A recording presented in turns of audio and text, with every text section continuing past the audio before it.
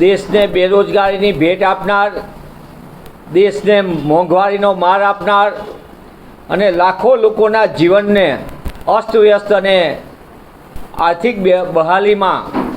બદહાલીમાં જેને ધકેલનાર એવી કેન્દ્રની મોદી સરકારને હાલની એનડીએ સરકારે જે બજેટ રજૂ કર્યું છે એ બજેટ યુવાનો સાથે છેતરપિંડી સમાન છે। 45 વર્ષમાં સૌથી ઊંચો બેરોજગારી દર ભેટ આપનાર કેન્દ્રની એનડીએ સરકારે એ વાત તો અંતે સ્વીકારી છે કે બેરોજગારી એ રાષ્ટ્રીય સમસ્યા છે, રાષ્ટ્રીય સંકટ છે। પણ આટલું સ્વીકાર્યા પછી જેને વારંવાર કોંગ્રેસ પક્ષના નેતા અને હાલમાં લોકસભાની અંદર વિપક્ષના નેતા સન્માનીય રાહુલજીએ વારંવાર અને કોંગ્રેસ પક્ષે દેશના યુવાનોને રોજગાર મળે તેના માટેની સતત લડત લડ્યા, ત્યારે આજે સંસદના પટલમાં બજેટ રજૂ કરતા કેન્દ્ર સરકારે સ્વીકાર્યું, પણ બજેટમાં એક પણ વાતનો ઉલ્લેખ નથી કે 30 લાખ ખાલી પદો લાંબા સમયથી કેન્દ્ર સરકારમાં વિવિધ ભરતીના પડ્યા છે, તેને કેવી રીતે ભરશે એની કોઈ રોડમેપ પણ રજૂ કરવામાં નથી આવ્યો। સાથોસાથ સૌથી વધુ રોજગાર આપતું રેલવે એની બદહાલી, એની ખસ્તા હાલ કરી દીધા।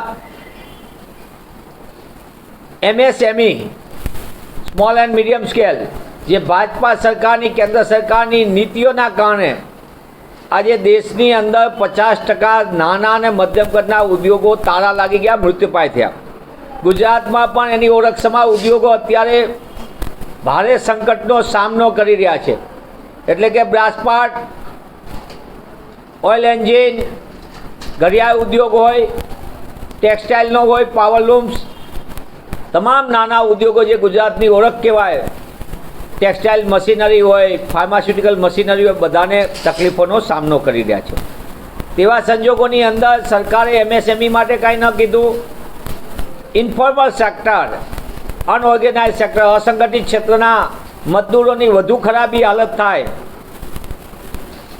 ખુદ કેન્દ્ર સરકારનો અહેવાલ કહે છે કે લોકો આર્થિક દેવાના કારણે મોટા પાયે આપઘાત કરી રહ્યા છે, પણ સરકાર અસંગઠિત ક્ષેત્રને તોડી નાખવા માટે નીતિગત રીતે નિર્ણય કર્યો હોય તેમ એક પછી એક એવા પગલાં લે છે જેના કારણે અસંગઠિત ક્ષેત્ર વધુ તકલીફમાં આવે, મુશ્કેલીમાં આવે।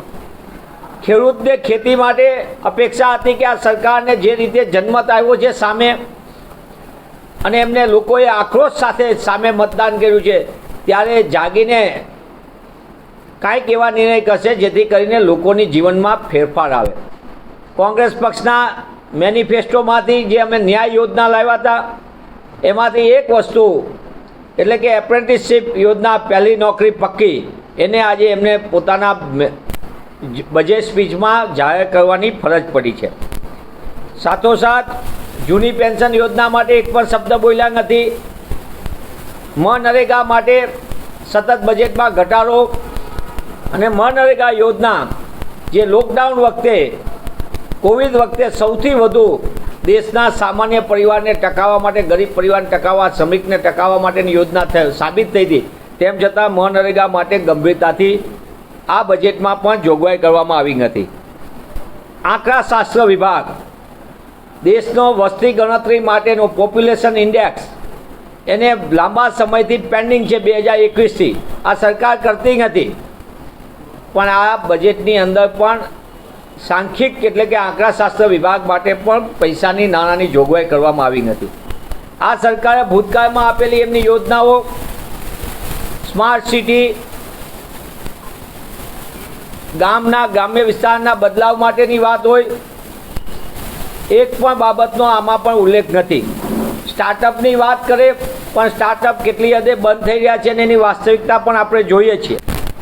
ટેક્સ માટેની વાત, જે સરકાર મોટા ઉપર એમ કહે છે કે વન નેશન વન ટેક્સ, એની બદલે કેન્દ્રની મોદી સરકારે અને ત્યાંની એનડીએ સરકારે વન નેશન મલ્ટી ટેક્સની જેમ લોકોને લૂંટનો કારોબાર કરી દીધો છે।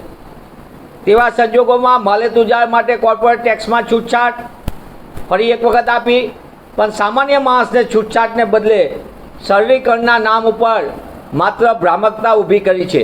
એટલે કે સામાન્ય મધ્યમ વર્ગને અન્યાય કરતું આ બજેટ દેશના સામાન્ય માણસની અપેક્ષા ઉપર ફરી એક વખત ઊણું ઉતરતું બજેટ અને માલેતુજારને મજા કરાવી લૂંટનો કારોબાર ચાલુ રહે તે પ્રકારના આંકડાઓની માયાજાળ રજૂ કરતું આ બજેટ છે.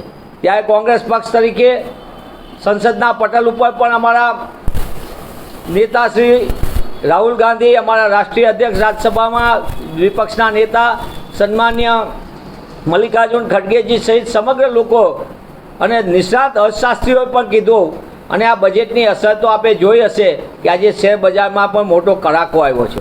આ સમગ્ર બાબતને લઈને કોંગ્રેસ પક્ષ માંગ કરે છે કે તમે વારંવાર તો એવું કહેતા હતા કે મોસાએ મા પીરસનાર અને ગુજરાતને કંઈક મળશે, પણ ગુજરાતની અંદર વિદ્યાર્થીઓને લાભ આપતી SC STની 10 વર્ષથી સ્કોલરશીપો એ પણ તમે બંધ કરી દીધી. 10 યોજનાઓ જુદી જુદી ગુજરાતને મળવાપાત્ર લાભોથી તમે વંચિત રાખ્યા.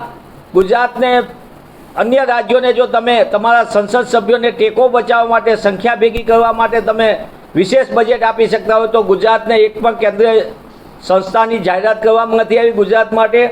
અને સાથે સાથે ગુજરાતને મળવાપાત્ર જે વિશેષ લાભ હોય એ પણ એક પણ દેખાતા નથી. ભૂતકાળમાં કોંગ્રેસની સરકારે ગુજરાતને ઇન્ડિયન ઇન્સ્ટિટ્યૂટ ઓફ ટેકનોલોજી આપી, ઇન્ડિયન ઇન્સ્ટિટ્યૂટ ઓફ મેનેજમેન્ટ આપી, નેશનલ ઇન્સ્ટિટ્યૂટ ઓફ ડિઝાઇન આપી, સેન્ટ્રલ યુનિવર્સિટી આપી કોંગ્રેસના સરકાર UPA સરકારમાં, અને કોંગ્રેસની સરકારમાં UPA સરકારમાં Indian institute of information technology આપીને રાષ્ટ્રીય કક્ષાની સંસ્થાઓ આપી.